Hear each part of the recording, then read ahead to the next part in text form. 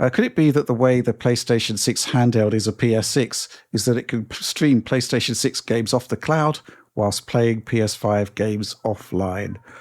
I think my answer to that is I hope not.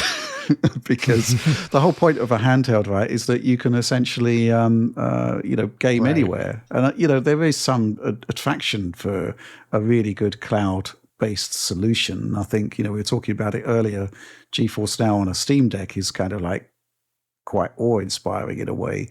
But, for a PlayStation handheld running PlayStation 6 games, it's kind of got to be native. Otherwise, it almost defeats the purpose of having a specific PlayStation handheld. I've been thinking a lot about the PlayStation handheld that's coming, and I actually think there's a lot to it that I think will make it extremely successful. With the power saver stuff, we've kind of seen that PlayStation 5 games can be scaled down relatively easily and could run really, really well on a handheld. I'm not saying that we're going to be getting 1440p, experiences or whatever, but the point is that you can drastically scale down the CPU and the GPU, and those games still seem to work and work well. Right. However, you only think about the PlayStation 4 generation. Based on the leaked specs for the PlayStation 6 handheld, I don't see any reason why the handheld couldn't run the entire library of PlayStation 4 games natively.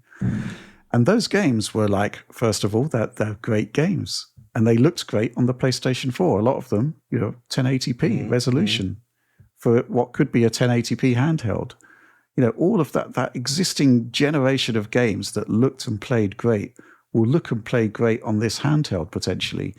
If there is a docked configuration that ups the wattage and whatnot, maybe you could even have the Pro version running when docked. Maybe that's maybe optimistic, but if they're talking about scaling down PS5 games to run on this handheld, well, maybe not.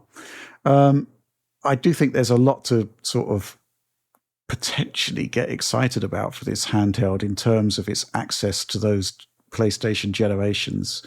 But I don't think that cloud streaming is in any way exciting whatsoever. But with that said, John, that Portal, although we don't like it particularly much, sold a hell of a lot of units, hasn't it? I still don't get it, but whatever. Yeah. Man, so I was thinking about this handheld. If we're just going to pie in the sky here, in terms of insane things, what would be super cool? Imagine if they put out this thing that was capable of playing multi-generation of PlayStation software, like PlayStation 1, 2, 3, 4, all that on a single handheld. Yeah. Obviously it would have to be through the digital storefront. You're not going to be able to play your old discs and such, but a compelling thing would be like a PlayStation history. Sort of imagine the storefront. It's all these PlayStation games from the past are back on here. Because realistically, this thing a handheld with the kind of power we're thinking could handle all of these machines. Even PS3 with its weirdness. It is feasible. Maybe not every game, but how cool would that be? I mean, again, pie in the sky stuff, but I think that would just be a very compelling kind of product. And it would tap into nostalgia for a full era of multiple eras of PlayStation gamers in a way that would be super powerful if they did it right. I agree with you, except the PS3. I think that could be very, very challenging. I think it should be possible.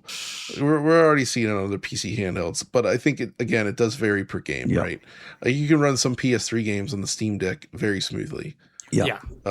But then there's others that, but still. Yeah. What do you think, Alex? Well, I think it's just going to run the PS6 games natively, and I don't think there's going to be many PS6 only games. That's basically it. I think there's going to be a lot of, as much as that makes us sad because we like to see things that don't run on older hardware, because that means they have maybe new baseline effects or ideas in them. You remember, I was just thinking about this the other day. You remember the game isn't very good necessarily, but the Force Unleashed, right? With DMM and everything in it, all that physics in the game really probably wouldn't run on a PS2 or original Xbox really. And that was like a game that had like the base gameplay based around new power level. That's kind of why we like Generations, because it enables new gameplay based around a technology that couldn't run on the previous set. We don't just mean like more polygons in the models. That is obviously not very interesting anymore. And that is sad, but I do think the next generation will have far less of those experiences in general. And it's been that way this generation so far. There's been a very few kind of current gen games that leverage the current gen technology in a way that produces such a dramatically different effect than you could have seen in an Xbox One or PS4 game, beyond, I would say, frame rate and load times.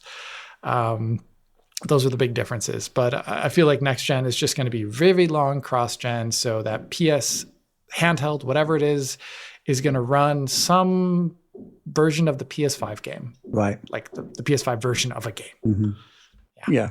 Okay. I mean, it is in theory going to be based on the same architecture as the PS6, right? With all the machine learning and ray tracing stuff. The question is whether the horsepower will be there to actually produce something meaningfully better than what a PlayStation 5 could do, or simply to make up the difference in terms of like resolution or whatever.